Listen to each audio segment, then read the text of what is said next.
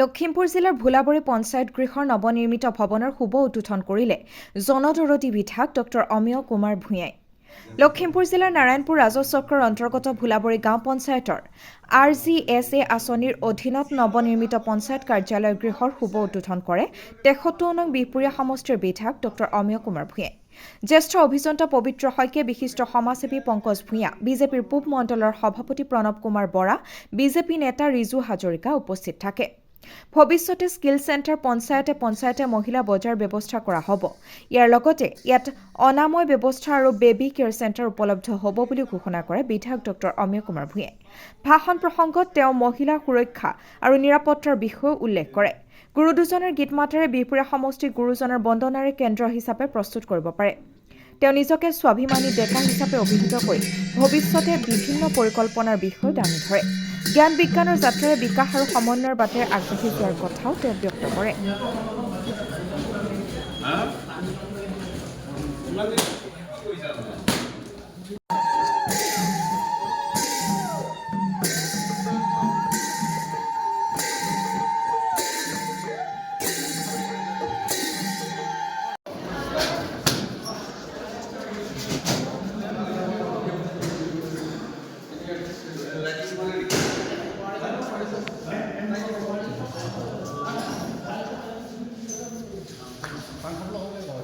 পঞ্চায়তৰ আজি ভোলাবৰী নতুন পঞ্চায়ত ভৱন আমি মুকলি কৰিব পাৰিলোঁ।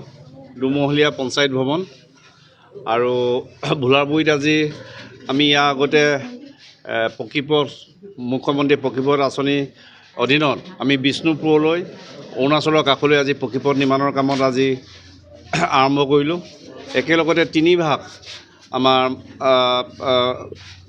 আজি অসম দৰ্শনৰ যোগেদি আমাৰ মাধৱপুৰ আৰু মধুপুৰত এনেকৈ আমি নামঘৰ পুনৰ নিৰ্মাণৰ কামতো আজি হাত দিলোঁ। আৰু আজি মই ইয়াত এখন মহিলা বজাৰ ঘোষণা কৰিছোঁ আৰু অহা জুন মাহত আমি মহিলা বজাৰ ইয়াত ভোলাবৰীত মুকলি কৰিম।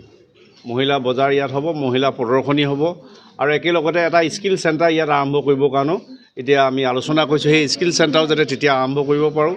আৰু আমি আদৰ্শ অংগনবাদী কেন্দ্ৰ ভোলাবৰী পাণ কেন্দ্ৰ নিৰ্মাণ কৰি আছোঁ আৰু সেই জুন মাহতে আমি ৰাইজলৈ উৎসৰ্গা কৰিম। এইফালে আমি ভেটেনাৰী চাব চেণ্টাৰো নিৰ্মাণ কৰি আছোঁ।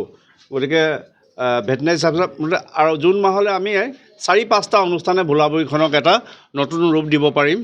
আৰু তেনেকুৱা এখন ভোলাবৰীৰ বাবে আমি সকলোৱে কাম কৰি আছোঁ আৰু ৰাইজে সকলোতে আজি উৎসাহিত।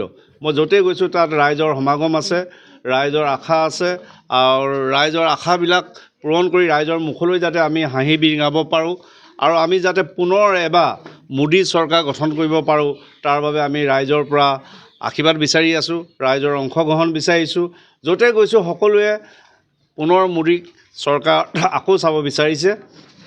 গতিকে আজি ভোলাবৰী এই পঞ্চায়ত ভৱনটো আজি আমি ৰাইজৰ বাবে উৎসৰ্গা কৰিছোঁ।